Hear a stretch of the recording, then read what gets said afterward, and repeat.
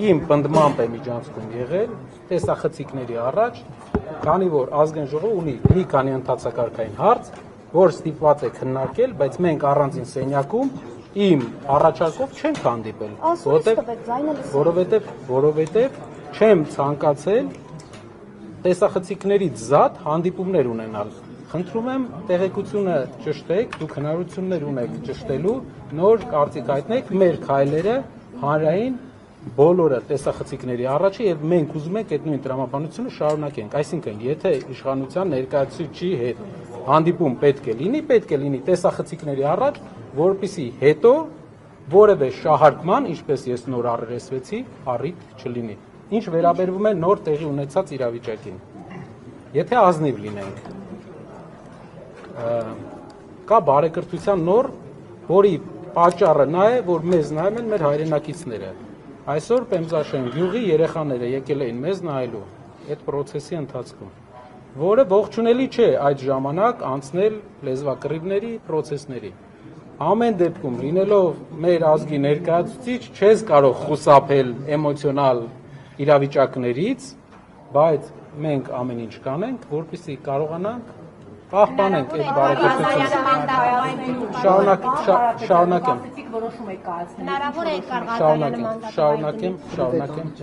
Բայց ինչի՞ պիտի Էդգար Ղազարյանը մանդատը Նաև սիրելի հայրենակիցներ, սիրելի լրատվական միջոցների ներկայացուցիչներ, այսպիսի անջրպետ ունեցող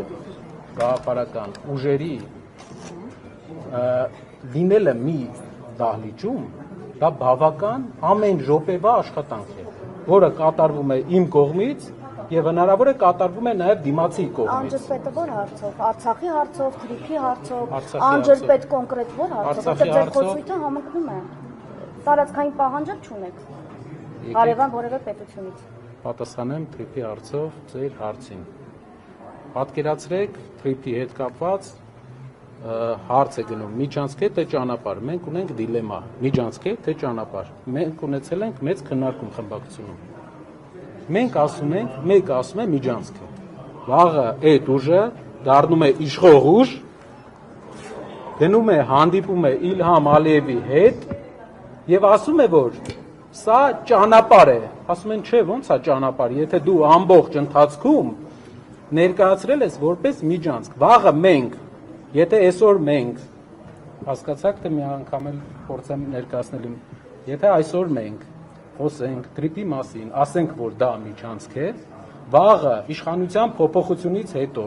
մեր ուժը ստանձնելու է բանակցային դիրք։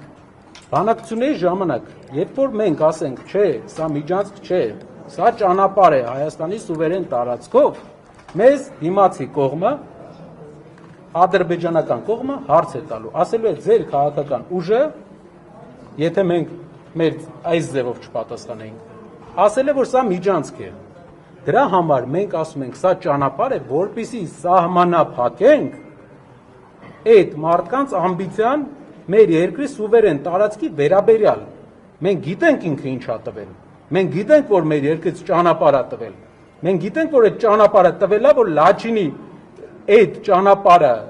կարար եւ Լաչինի ճանապարհի փակվելու պատճառը այս ճանապարհն է եղել։ Լաչինը փակվել է, Արցախը տրվել է, դրանից հետո այս ճանապարհն էլ ա տվել այս մարդը։ Մենք գիտենք դա։ Հենց հիմա մենք դա միջանցք է ըստեյության, երբ որ դուք Լաչինի հետ անալոգիա եք տանում, այդ պայից սկսած դուք Սակայն մենք պետքա պատասխանատու լինենք մեր խոսույթների մեջ հիշելով, որ մենք հետագայում այս մարդկանց փոփոխությունից հետո պետքա բանակցենք թուրքերի հետ,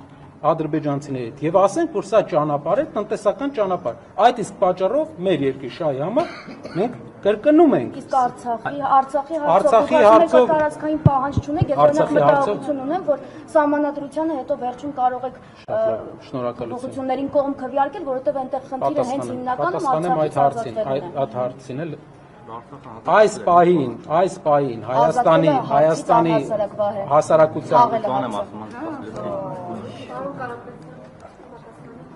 այս պահին մեր հայրենիքի առաջնային խնդիրներից մեկը արցախահայության իրենց հայրենիք վերադառնալու իրավունքն է։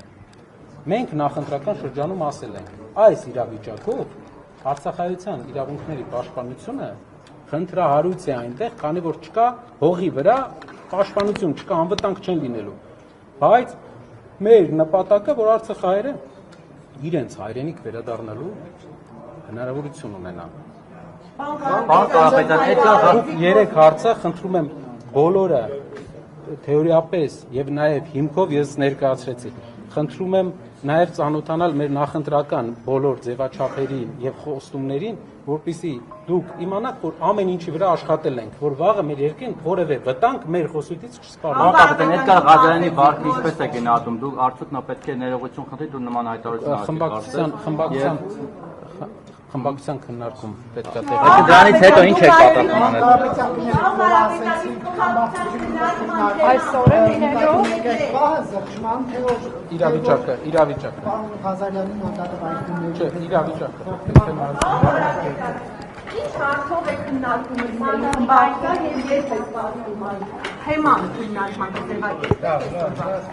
Տեղի ունեցել իրավիճակ, որը էքստրաորդինար է, որի համար պետք է հանդիպենք խմբակցությունով եւ քննարկենք։ Ձևաչափը ժամը, որպեսզի ոչ կոռեկտ չլինեն, ասենք, կես ժամ էս կողմ, կես ժամ ինքով, լինելու է քննարկում։ Մինչև այս տաղապահությունը իրավիճակի քննարկումը։ Նախկինում պարոն Ղազարյանի դուք նմանատիպ քննարկում ունեցել եք, որ չծրի իրավիճակը ձեզ էլ ավելորդ հարվածի տակ չդնի օրինակ։ Տեսեք, Նման իրավիճակում չհայտնվեք։ իրավիճակը սրելու մասին։ Քաղաքական խոսույթի շրջանակներում բոլոր մեր գործընկերները կարող են ամենասուր քննադատության ենթարկել, որովհետև կա քննադատության շատ տեղեր, բոլոր ոլորտներում։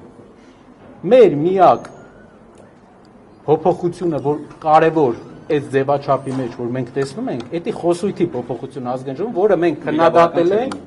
քննադատել ենք նախընտրական շրջանում բազմաթիվ անգամներ։ Այսինքն վիրավորական Այո, դա ամեն ժամյա ես աշխատանք եմ տանում ու ասեմ, որ հեշտ չէ, որովհետև կա անջրպետ։ Մենք իրար հանդեպ ունենք խորը անջրպետ։ Աշխատանքում եք կամ Էդգար Ղազարյանի եւ թիմակիցների թե Ամբողջ Պարոն Կարապետյան, այս մինչև այս պահը, պարոն Ղազարյանի հետ